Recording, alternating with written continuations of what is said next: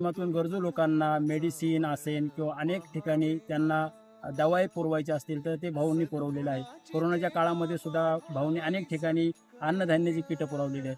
म्हणजे ज्या ज्या वेळेला भाऊंची ज्या ज्या ठिकाणी गरज पडेल त्यावेळेला न सांगता भाऊ अखंड हरिनाम सप्ताह असू द्या, गावामध्ये एखादी योजना असू द्या, त्या ठिकाणी भाऊ न चुकता न सांगता त्या ठिकाणचे कार्य करतात. राजकारणाच्या चरणात ध्यान लावू देगा अमृताची वेळ